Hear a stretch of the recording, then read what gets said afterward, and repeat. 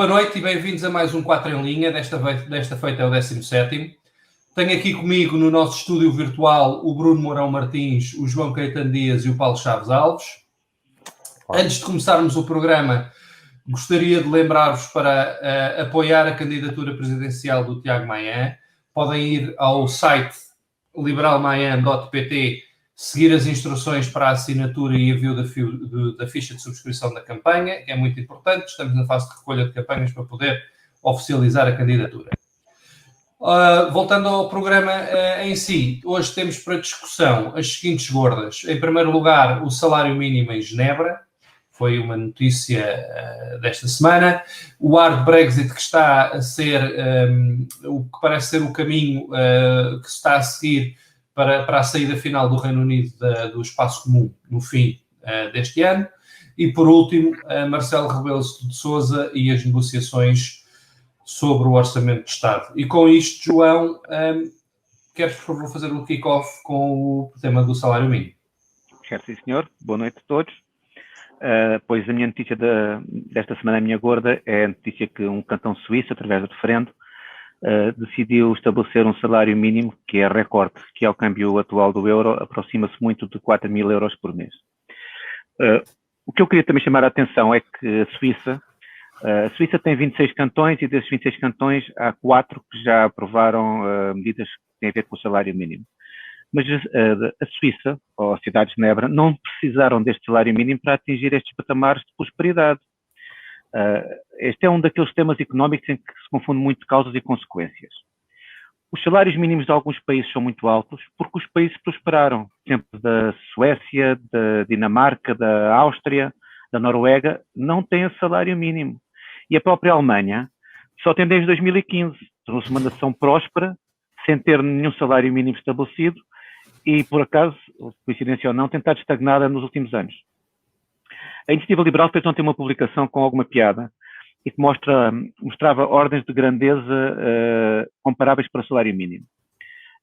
Comparava-se quanto tempo é necessário trabalhar em alguns países para ganhar 25 euros com salário mínimo. As ordens de grandeza são engraçadas porque, grosso modo, é 1 hora para Genebra, 1 manhã para a Holanda, 1 dia para Portugal, 1 mês para Cuba e 1 ano para a Venezuela. Evidentemente que o custo de vida na Suíça é muito mais elevado e qualquer país capitalista é mais elevado que em países socialistas, como é natural. Todos os serviços que nós adquirimos incorporam custos de trabalho e os salários elevados refletem-se no preço desses serviços. Mas também é verdade que há outros tipos de produtos, como por exemplo telemóvel, um automóvel, custam praticamente o mesmo, seja em Portugal, na Suíça ou na Venezuela. Porque nesse caso o que conta é o valor nominal da moeda e o câmbio de cada uma das moedas no mercado. Eu fui ver um exemplo de um veículo utilitário que custa 15.000 euros em Portugal, na versão mais barata, e 16.500 na Suíça. Sendo que na Suíça a versão base que se vende não é mesmo aqui em Portugal, e a versão base da Suíça não se vende em Portugal, porque é um carro que acaba por pequeno, com alta cilindrada, e as altas cilindradas em Portugal têm uns impostos absurdos. Eu estou a ser boicotado por móveis a arrastar, o que é a oposição, o Partido Comunista, o Bloco, estão aqui a atrapalhar. Bom, mas como eu dizia, portanto, os carros não são iguais, mas custam praticamente o mesmo, apesar da diferença do salário mínimo. Portanto, o que isto significa é que um trabalhador comprava aquele carro com 4 meses e pouco de salário na Suíça e precisava de 2 anos em Portugal para comprar um carro igual. E precisava de, evidentemente, aliás, atualmente nem comprava com salário venezuelano. Isto falando de salários mínimos, porque se falarmos de salários médios, a diferença é bem maior. O salário mediano suíço anda nos 110.000 euros por ano. Claro que nos países como a Venezuela, como bom exemplo, em que a miséria está espalhada, o custo de vida é muito barato. Se o trabalhador ganha 2 euros por mês, os serviços que ele presta são baratíssimos. Mas para um venezuelano, o caro telemóvel custa o mesmo. Transformam basicamente tudo o que contém tecnologia, são produtos de luxo e são inatingíveis para estes povos que tiveram a desgraça de cair em mãos de políticos ignorantes por muitos e muitos anos. Não são só telemóveis e até se pode considerar que não é um produto essencial, embora parece que já seja, mas admitindo que não é, que é só essencial a comida e esse tipo de coisas, mas, por exemplo, também a tecnologia médica é um bom exemplo. Os hospitais destes países foram rapidamente dilapidados pois os hospitais também não têm a capacidade de adquirir tecnologia médica porque não há fundos que paguem uma coisa dessas com esta valorização de moeda. Já agora, convém dizer, claro que Cuba e Venezuela acabam por ser quase sempre países anedóticos neste tipo de conversas, mas são dois países que aplicaram com denodo, com vontade, o tipo de políticas económicas que os nossos partidos mais à esquerda defendem. Eu sei que eles ficam muito, muito incomodados quando dizemos isto, mas é a mais pura das verdades. O Bloco, por exemplo, é um partido que está sistematicamente a sugerir medidas económicas desligadas da realidade económica do país.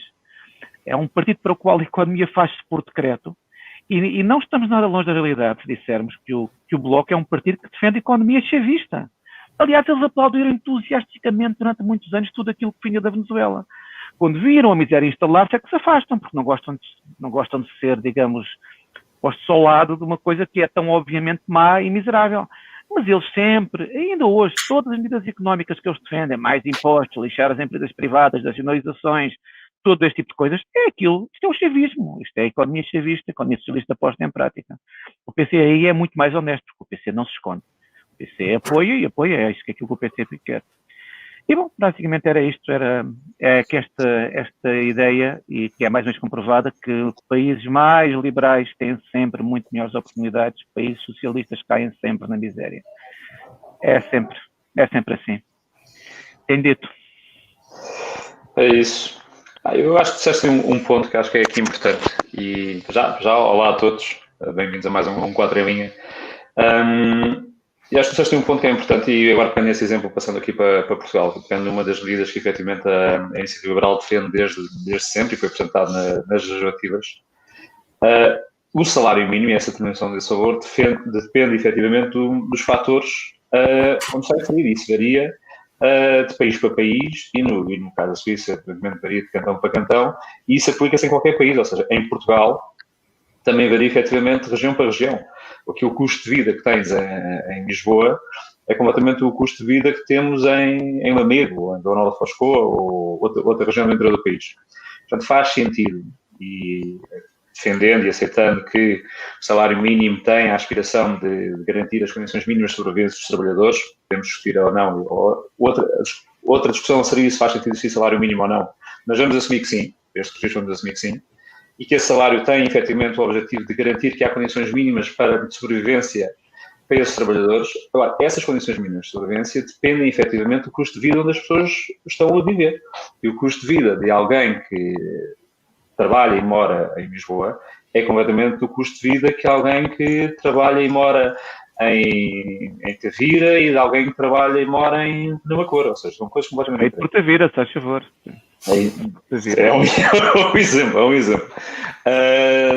Mas é real, ou seja, a diferença do custo de vida varia de região para região e isso faz sentido que essa definição seja definida a nível local e seja definida numa estrutura local, seja pelas assembleias municipais das câmaras, seja até por outro tipo de tipologia que se identifique, mas faz sentido que essa garantia de subsistência seja definida em cada uma das regiões com impacto específico para as pessoas que lá moram.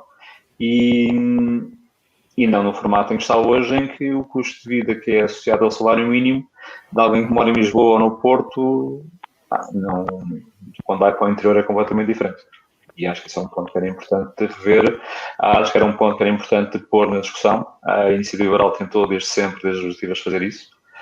Agora fala-se um bocadinho mais, este exemplo da Suíça puxou mais essa discussão para a esfera pública, em que deve ser definida, ou deve ser pelo menos começar a ser estudado, a definição do salário mínimo municipal e não salário mínimo nacional.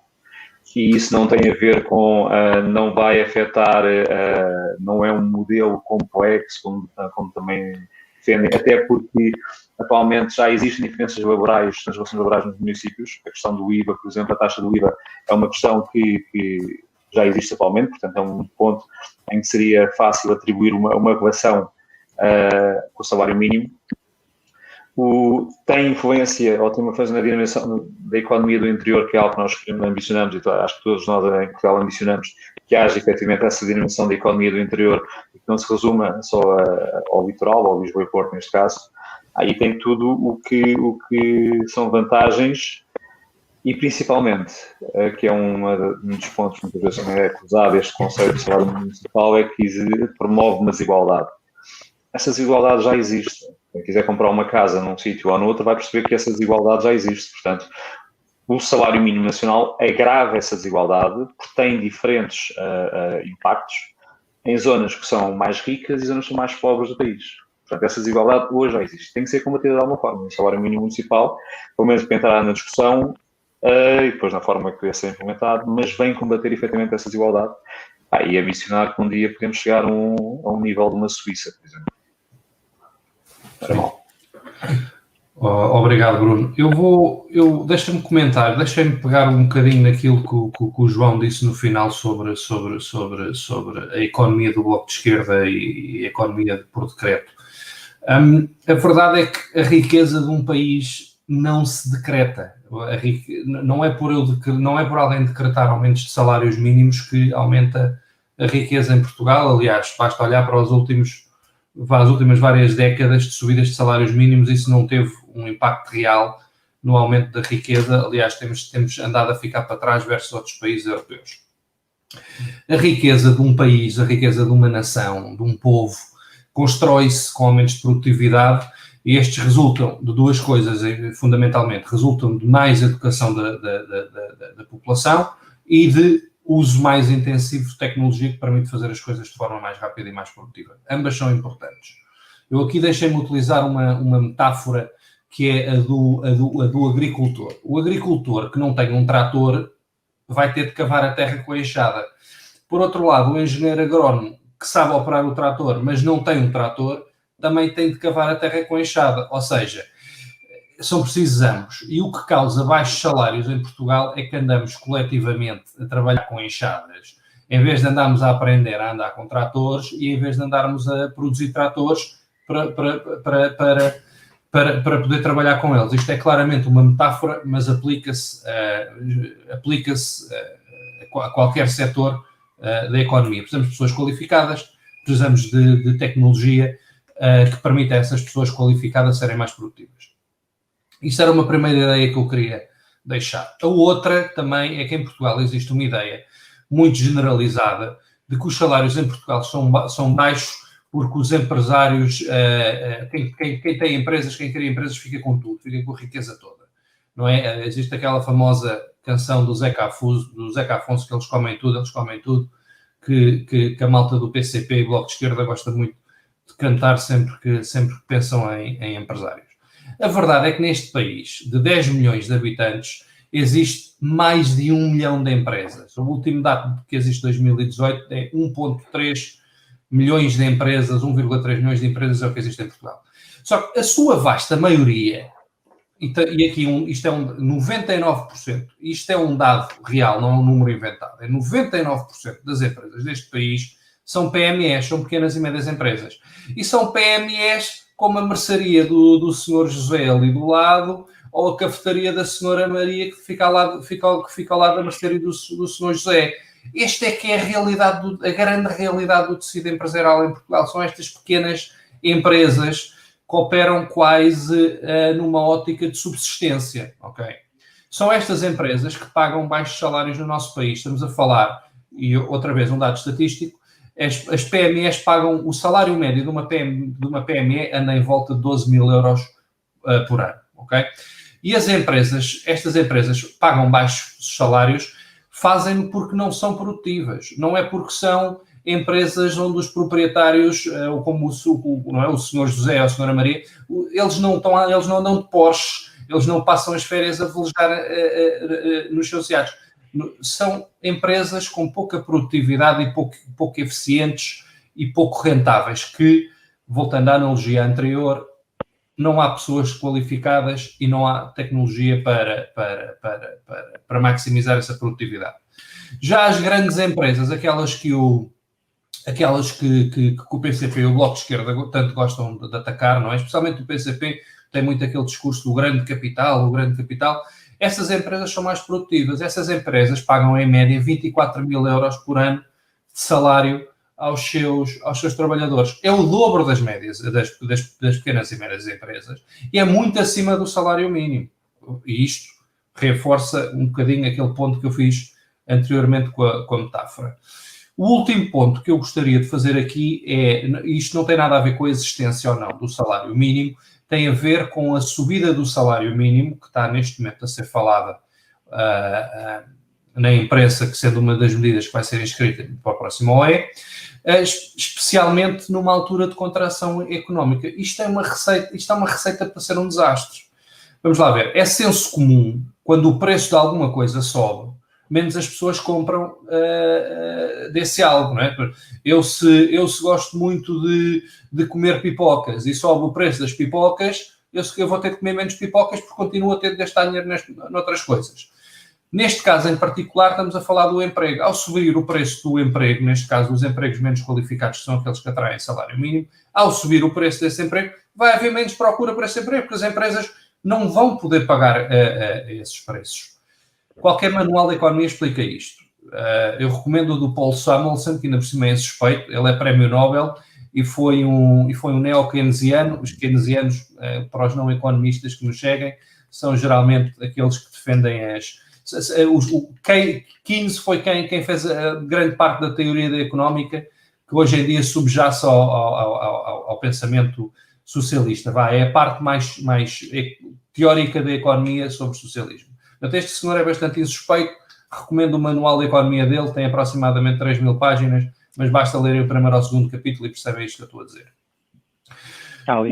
O ponto que eu quero fazer aqui é que há milhares de PMEs hoje em dia em sérias dificuldades no nosso país devido ao que se passou nos últimos meses. O confinamento, a quebra da procura, as pessoas compraram menos, as pessoas consumiram menos.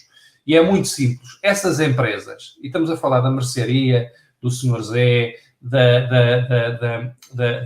do café da senhora Maria, estamos a falar do cabeleireiro, estamos a falar desses milhares, quase milhões de empresas que existem pelo país afora. Ao terem vendido menos, entrou menos dinheiro. É lógico. Ao entrar menos dinheiro, é muito mais difícil fazer face aos custos que têm, aos salários, às rendas, à eletricidade, à água, aos impostos, etc, etc, etc. Se nesta altura de crise económica, porque não estamos a falar numa altura de expansão económica como foram os últimos anos, se nesta altura de crise económica nós vamos subir materialmente o preço de um destes fatores, só vamos agravar mais o problema. No fim do dia, o que isto vai fazer é com que vai haver muitos, infelizmente, para todos nós, vai haver muitos Gés e muitas Marias neste país que vão ter de fechar as empresas. Estas empresas vão ser inviáveis. E ao fecharem as empresas, vamos estar a destruir emprego. Não só não vamos estar a ajudar quem menos precisa, que são aqueles que recebem os salários mais baixos com esta medida, mas vamos estar objetivamente a destruir emprego. Já me alonguei-me aqui um bocado, mas pronto, eram estes os pontos. Mas já agora deixa-me lembrar aqui uma coisa. Tu falaste aí na história do trator e do agricultor, que se não tem trator, depois tem que trabalhar sem máquinas. Consta uma história conhecida do Milton Friedman, que foi visitar um país socialista e foram mostrar um empreendimento em que estavam uma série de agricultores com uma pá a cavar. E o Milton dizia assim, então, mas isto não há... Qual é o objetivo? Não conseguem arranjar aqui umas máquinas para ser mais rápido? Não. O nosso objetivo é para emprego. É criar emprego. Ele diz, então tirem-lhes a pá e deem-lhes uma colher. Criam mais emprego. E fez-me lembrar um bocado dessa história, quando contaste a história do trator. É muito difícil as pessoas compreenderem que o produto cresce quando substitui trabalho manual por um trabalho de máquina, porque a pessoa fica livre para produzir outra coisa qualquer. Isto é um conceito muito difícil de entender e muito antinatural e que está sempre aí a ser mal interpretado e mal usado pelos nossos políticos. Aliás, houve agora eu não me recordo bem quem foi que disse isto, nestes últimos dias que eu vi um discurso precisamente anormal de um senhor dizer, já está provado que o aumento do salário mínimo não provoca desemprego, como se nestes últimos anos. José Guzmão, foi José Guzmão, eu não me lembrava quem tinha sido. Não foi só ele, olha que houve mais quem tivesse dito. Eu lembro de ver alguém do Partido Socialista. Não, o José Guzmão viu-me partilhar um gráfico que mostrava que nos últimos... É verdade. A subida do salário mínimo... Eu só digo que se a lógica é essa... Não causou desemprego, mas estávamos num período de expansão económica. Estamos totalmente convencidos que o salário mínimo não tem um impacto no desemprego, eu punha já 5.000 euros, batia a Genebra, qual é que é o problema? Não, 10 mil e ficamos todos ricos por decreto. Um número redondinho. Exatamente. Mas enfim, bom, vamos lá passar, que isto já vai longo, aqui à volta do salário mínimo. E o Paulo está ali caladinho. Exato, o Paulo está ali caladinho e quer-nos falar do Brexit. Muito obrigado. Bom, boa noite a todos. A minha gorda tem esta capa do Diário de Notícias que refere que a União Europeia vai colocar um processo ao Reino Unido por desrespeito do acordo de saída, que foi assinado há poucos meses, e, por outro lado, o Brexit sem acordo é o cenário cada vez mais provável. Bom, hoje é o Dia da República, portanto, da República Portuguesa, portanto, nada como falar de uma monarquia que foi abalada por uma ameaça populista que se converteu num pesadelo real. Bom, todos nós sabemos do referendo que aconteceu, que teve lugar em 2016, em que a população britânica optou pelo Brexit. Brexit esse que foi defendido por populistas e nacionalistas britânicos, que durante todo o processo, todo o período pré-referendo, ignorou olimpicamente todos os peritos a quem acusou de estarem a assinar com aquilo que eles chamavam o Project Fear, ou seja, que estavam só a assustar as pessoas, que as coisas iam correr todas fantasticamente, ia ser tudo maravilhoso. Bom, como todos sabemos, do resultado desse referendo, o Reino Unido mergulhou numa profunda crise política. Todos nós vimos aquelas imagens do Parlamento, com aquele senhor a gritar order não sei quantas vezes por sessão. Essa crise política terminou com a vitória do Sr. Boris Johnson, que se tornou primeiro-ministro com uma larga maioria, sendo que este senhor é um total oportunista e que aproveitou todo este caos para se tornar primeiro-ministro. Bom, este senhor não é alguém que apareceu do nada, e aí há uma grande diferença entre ele e outros.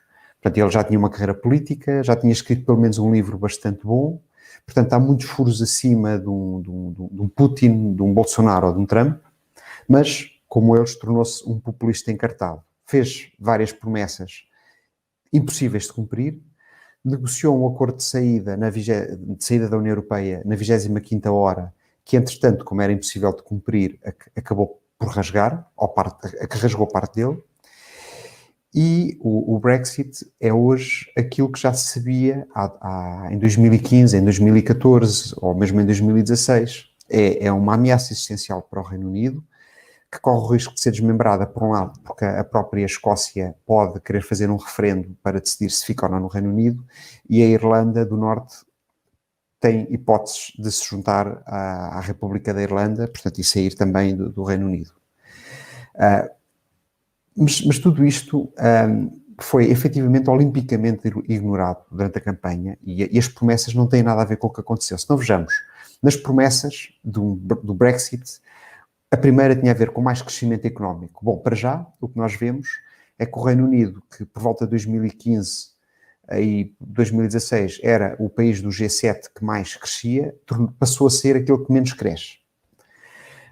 Outra promessa: o Reino Unido vai poupar 8 bilhões de libras por ano que entrega àqueles malandros europeus para eles gastarem.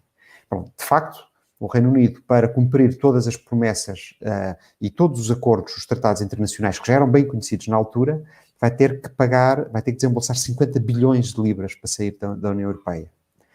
Depois havia o famoso take back control, o que é engraçado quando nós neste momento falamos da ameaça real de haver um desmembramento do país, como acabei de referir há pouco. E depois temos a questão da mais prosperidade. A prosperidade que, afinal, nós vemos que a City não vai poder, que é uma das maiores indústrias britânicas, não vai poder vender, portanto, não vai poder trabalhar com clientes de dentro da União Europeia, portanto, vai cair. Vemos que a indústria automóvel e a indústria aeronáutica não só vão ficar separadas, cortadas das supply chains europeias, como vão ter que pagar taxas para entrar na União Europeia, portanto vão ter também uma queda abrupta, vai haver muita indústria que vai sair do Reino Unido para vir para a Europa continental, e depois temos a agricultura e a indústria das pescas, que exportava quase tudo, ou uma parte substancial do que produzia para a União Europeia, e que agora não sabem muito bem para onde é que vão exportar. Portanto, onde havia a promessa de mais prosperidade, o que vai acontecer é que o desemprego vai aumentar muitíssimo e o empobrecimento vai ser geral. Depois havia também a história da qualidade de vida, que queria seguramente aumentar quando eles se libertassem dos malandros dos europeus. Bom, aquilo que já toda a gente reconhece neste momento, incluindo o atual governo, é que os preços vão subir nas farmácias e nos supermercados.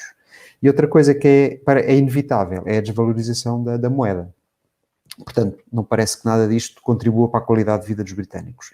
Bom, se em cima de tudo isto, os britânicos rasgarem o acordo de saída, que é aquilo que neste momento está em cima da mesa, e tudo indica que vai acontecer, perdem completamente a credibilidade internacional que têm, tornam-se um país pária, e põem em causa alguns dos acordos.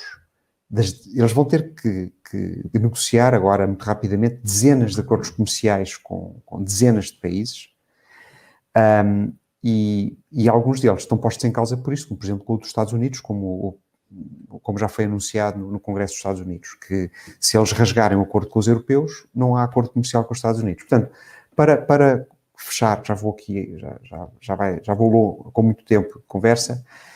Eu tenho muita pena que o Reino Unido tenha saído da União Europeia. Penso que o Reino Unido faz imensa falta na União Europeia. Acho alarmante que uma das democracias mais sólidas da Europa tenha sido tomada por nacionalistas e populistas. Mas agora, o outro lado da moeda é que vamos ver o que é que eles entregam de facto. Agora os eleitores britânicos vão ter a oportunidade de ver o que é que estes senhores que agora estão no governo e os seus aliados do UKIP, etc., vão de facto entregar. Posso comentar? Eu, por acaso, concordo com algumas coisas e discordo muito de outras do que tu disseste. Concordo que eu tenho muita pena que o Reino Unido saia da União Europeia. Eu estive em Londres no dia a seguir ao Brexit e os meus colegas ingleses, havia dois tipos de reações. Havia aqueles que tinham votado que não queriam sair e estavam em estado de choque com o resultado do referendo, e havia aqueles que havia alguns que estavam contentes, queriam sair, e havia outros que tinham votado pela saída, mas não queriam sair. Não tinham pensado nas consequências e estavam um bocadinho chocados com o resultado, porque agora estavam em pânico. E, portanto, eu concordo muito com o Paulo. Foi um disparate, não faz sentido nenhum terem saído.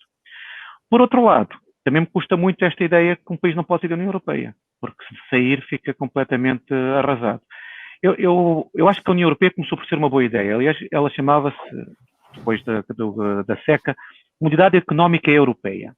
E era, grosso modo, um acordo alfandegário de eliminação de tarifas entre alguns países. Isto é muito desejável, porque o aumento do espaço de comércio livre promove sempre, estimula a atividade económica, promove riqueza. Portanto, se a UE fosse apenas um espaço de livre circulação de pessoas e capitais, bens, pessoas e capitais, o Reino Unido possivelmente nunca teria sido a União Europeia.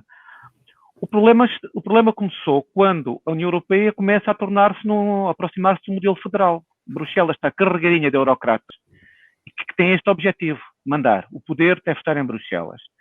E também está cheia de burocratas que passam a vida a dificultar a vida de toda a gente. Nós conhecemos muitos exemplos de legislação absurda que vem de Bruxelas, sobre standardização, sobre uma série de coisas, por vezes, muito parvas. As tensões geradas por esta nova camada de poder que está sistematicamente a tentar trazer mais poder para Bruxelas, portanto, o macrocéfalo, são a origem da saída do UK, porque o populismo, claro, com muito populismo à mistura, é certo, mas foi esta ideia do poder estar em Bruxelas e não aqui que foi o combustível que foi adiante todo este fogo. E quando o Reino Unido decidiu sair, houve um larguíssimo conjunto de europeístas que decidiu castigar o Reino Unido.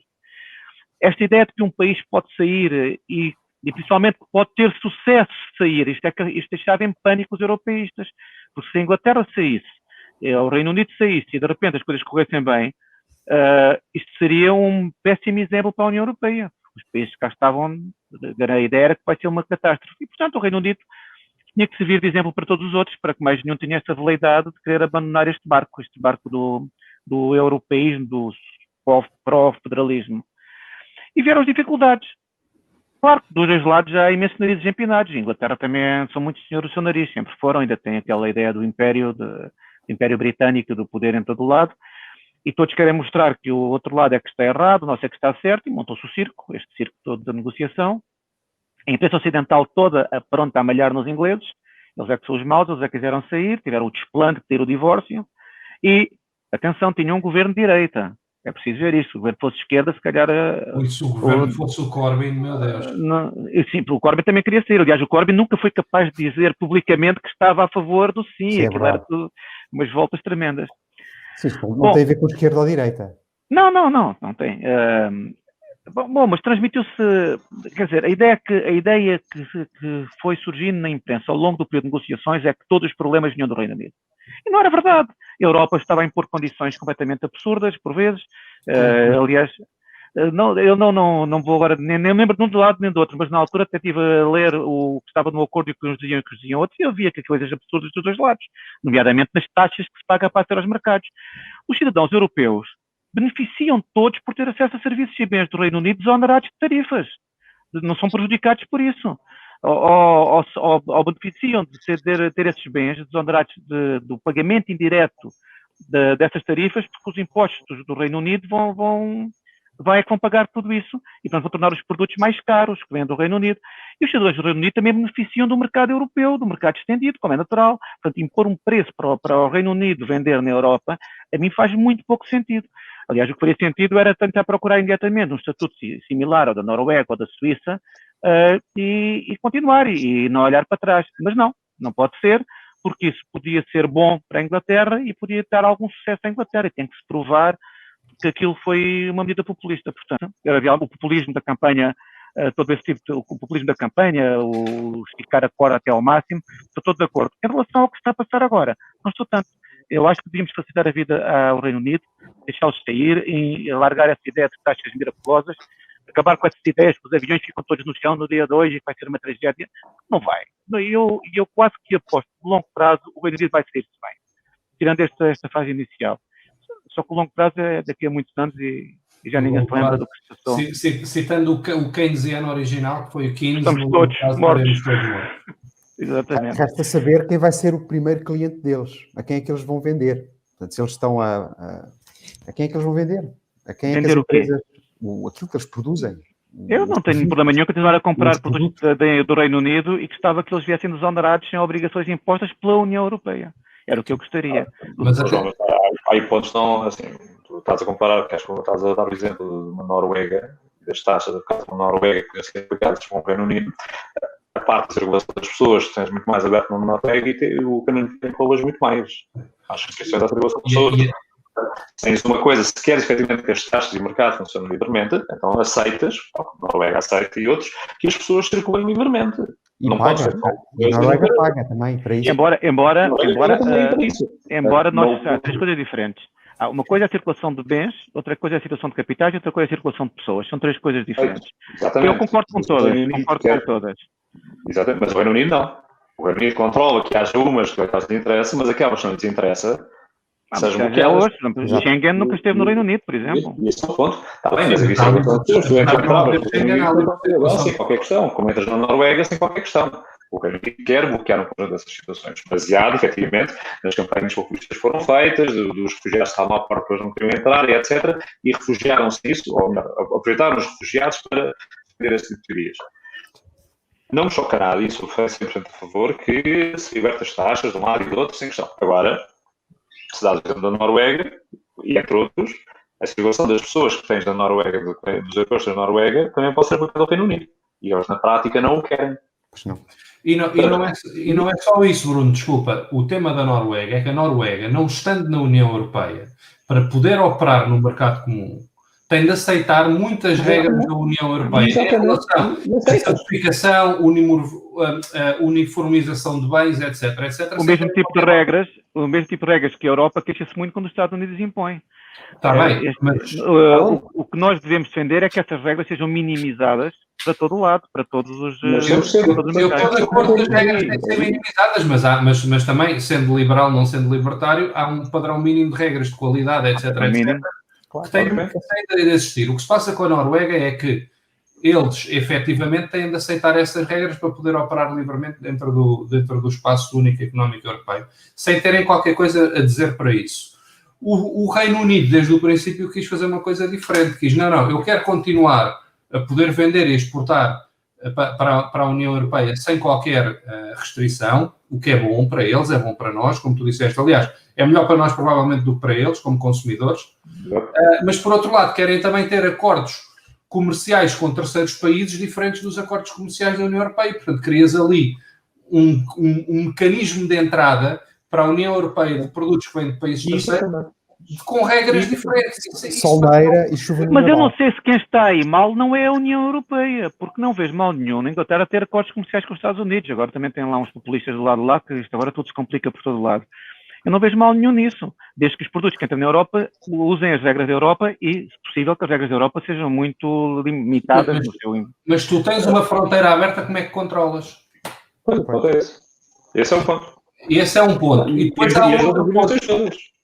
Mas eu quero a fronteira aberta, eu não quero muito controle, quero pouco. Eu também quero a fronteira aberta, mas eu sou europeísta no sentido em que quero continuar na União Europeia e só também gostava que a União um porta-exit eu votava contra. Eles votaram a favor, infelizmente ou felizmente, é um povo soberano e foi o que votaram.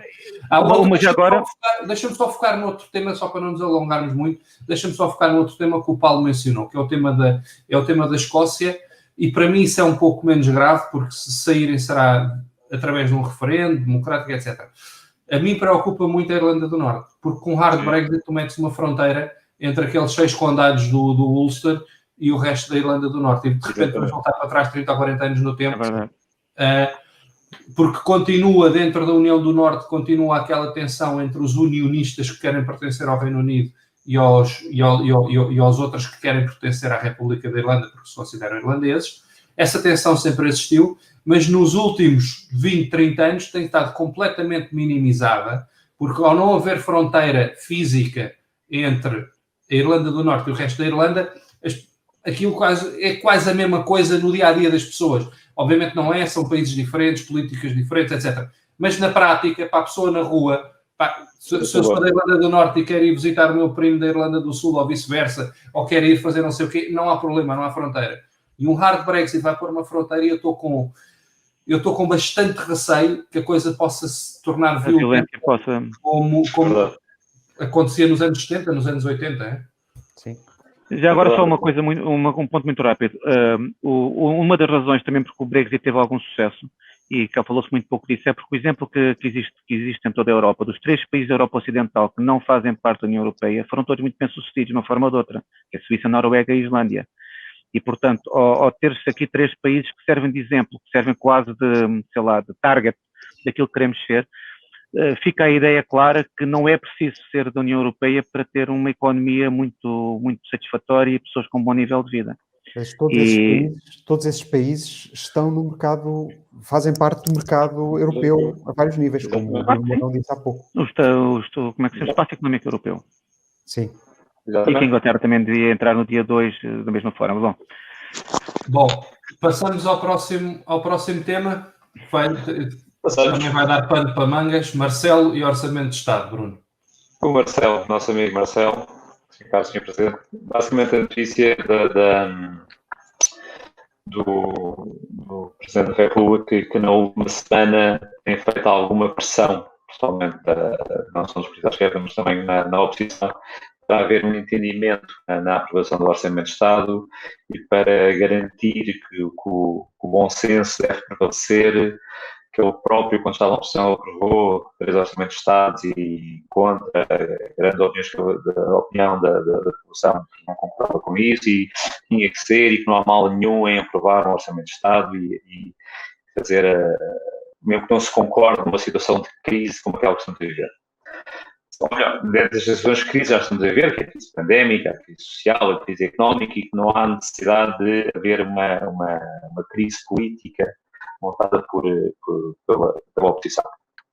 Ora bem, pontos aqui, e eu não tenho qualquer problema em que o Presidente da República envie recados e mensagens para o Parlamento de assuntos que eu acho que devem chamar a atenção. Acho que é um dos pontos, inclusive, da sua missão, aquilo que é o seu entender, deve enviar essas mensagens sempre a entender. Aliás, uma das competências do Presidente da República é efetivamente a fiscalização da atividade dos órgãos de soberania. Portanto, ele não tem que legislar, pode promulgar ou não, e votar ou não a decretos, é um facto, mas esses recados e esse papel moderador que ele pode ter, acho que faz sentido que ele faça, que ele envie essas mensagens quando tem que enviar. Agora, eu não vou buscar aqui exemplos do passado, de Pedrógão e Tancos e tudo mais. Vou buscar aqui alguns exemplos recentes e depois para terminar o ponto em que acho que isto está errado. Tivemos situações no governo, no Parlamento, por exemplo, a questão do gabinete da Procuradoria Europeia, foi escolhido uma pessoa para supervisionar a fraude dos fundos. Essa pessoa foi percebida por uma pessoa do segundo lugar pelo governo, e este papel desta mensagem presente, que supostamente devia ter esse cuidado, não aconteceu. A eleição das CCDRs, que supostamente vão supervisionar os fundos europeus e que foram basicamente partilhadas entre o PS e o PSD, puseram as pessoas que queriam, puseram umas eleições ali no meio e não houve mensagens nem recados do Presidente da República. Foi apresentado propostas de revisões da contratação pública no fim de semana em que se aplica os fundos europeus, que o Tribunal de Contas vem alertar para a abertura da porta à corrupção desses fundos, e não houve mensagem nesse sentido. O próprio Primeiro-Ministro despede a seguir, ou não, se calhar não foi a seguir, mas calhou, aconteceu, despedir o Presidente do Tribunal de Contas por telefone, que era uma das principais vozes que estava contra essa forma dessas regras da contratação pública foram alteradas, e mais uma vez não houve mensagens, não houve recados. Antes de ontem, o próprio Presidente da República promulgou a lei da expropriação, em que, já falámos aqui sobre ela, em que, não se entender, é claramente uma inconstitucionalidade do decreto que está a pôr em causa aquilo que é a propriedade privada, e isso é um princípio fundamental que o próprio Presidente da República devia cumprir enquanto garante da Constituição. E depois, no fim disto tudo, vem fazer pressão apela ao consenso, apela a um conjunto de regras, apela que não se pode haver crises, mas aquilo que é supostamente a sua função, de garante das instituições, ele acaba por não cumprir. E, pelo contrário, em vez de pedir ao governo que, efetivamente, faça as coisas como deve ser, que negocie, que garanta que todos os procedimentos e toda a negociação do Orçamento de Estado seja bem feito, não, põe pressão na oposição, põe pressão nos partidos da geringonça para garantir que este nível de impunidade que o PS já nos habituou nos últimos tempos prevaleça e continue a existir cada vez mais.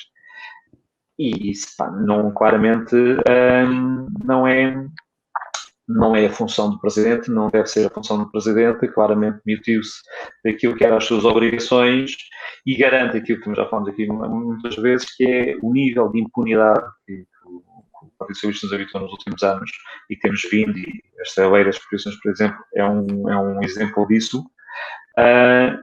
Continua a existir cada vez mais, estamos a caminhar para um caminho que não é bom. Aliás, é um caminho que é muito mau e que nos próximos anos vamos estar a pagar por isso. E quem o devia fazer, quem devia ser esse garante dessas regras, não está admitida a sua função, e claramente isso é um problema para todos nós. Bruno, gostava de comentar. Força. Bom, assim, eu acho que toda a gente está de acordo com aquilo que disse o Marcelo. É preciso haver bom senso. Agora, a questão é, o que é que quer dizer bom senso? O que é que quer dizer bom senso? Nós vemos que o PS está a negociar o orçamento com o PCP e com o Bloco de Esquerda. Para o PCP, bom senso é um regime como existe em Cuba, ou na China, ou na Bielorrússia. Para o Bloco de Esquerda, como nós já falámos aqui, como o João há bocado dizia, o Partido da Economia Chavista, bom senso é ter uma economia chavista. É querer tudo e depois logo se vê quem é que paga. Ou então o bom senso do PS. O que é o bom senso do PS? É aumentar o salário mínimo, como nós falámos há pouco, nas atuais circunstâncias. É bom senso para quem? Para os empresários que depois vão ter que despedir metade das pessoas, em que a taxa de desemprego vai aumentar. É bom senso não reconduzir o Presidente do Tribunal de Contas nas atuais circunstâncias? É bom senso escolher os líderes da CDR entre o PS e o PSD também numa altura em que nós sabemos que vem uma avalanche de dinheiro? E, finalmente, é bom senso que entidades controladas pelo Governo da República estejam a tentar assumir o controle de setores inteiros da nossa economia? Eu acho que nada disso é bom senso. Portanto, eu acho que o nosso Presidente tem que ser mais assertivo naquilo que diz e não pode ficar por frases redondas, ocas, com as quais toda a gente concorda. Obrigado, Paulo.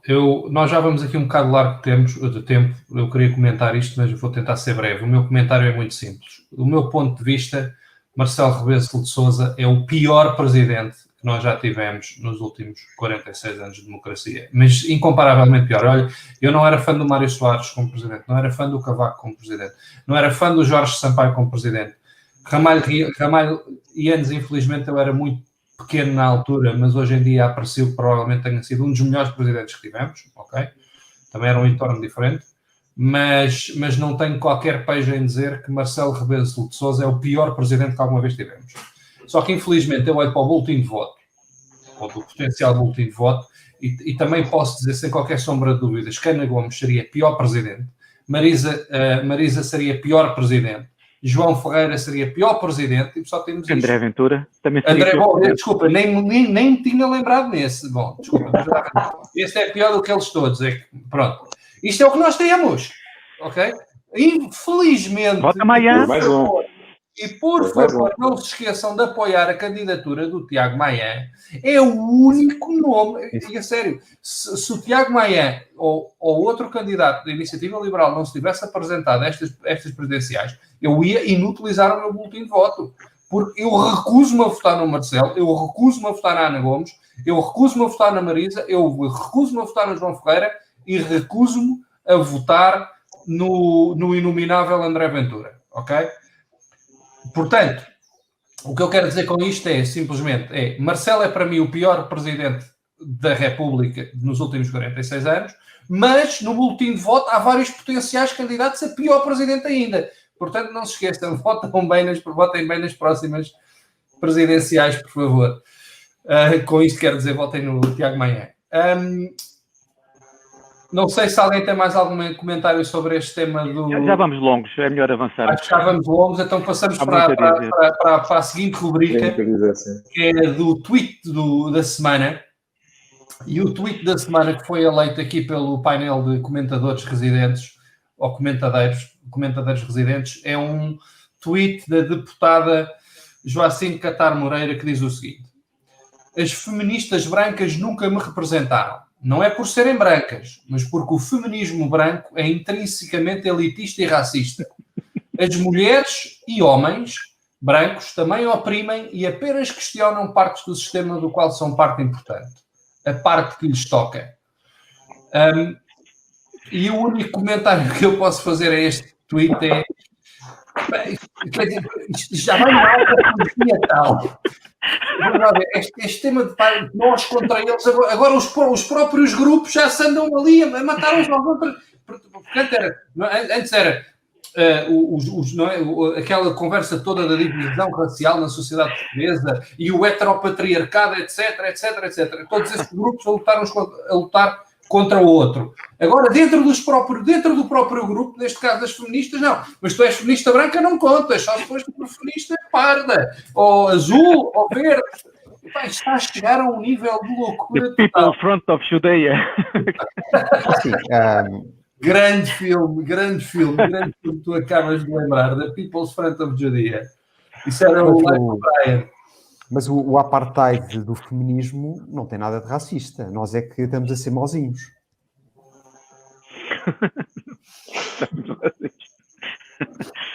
Este tipo faz-me rir, não consigo. Enfim, não sei se tem mais algum comentário. Sobre o Joacine, não. Sobre o Joacine não consigo. Não, acho que Forças Joacine. Eu tenho pontos que não consigo. Eu tenho-vos a dizer, eu acho que o LIVRE, nos últimos anos, nos deu dos melhores momentos da política portuguesa. Sim. A Joana, sim. O LIVRE em geral. A Foi no último ano, foi.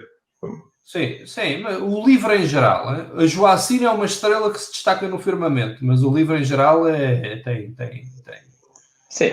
Estava a ver aquele jovem feminista de saias, se ela se vê representado nele, ele é um jovem branco, deve ser ainda pior do que ser uma mulher branca feminista. É tudo muito confuso para mim. Exato. Certo. Bom, com isto, acho que chegamos ao fim. Muito obrigado aos meus copanelistas.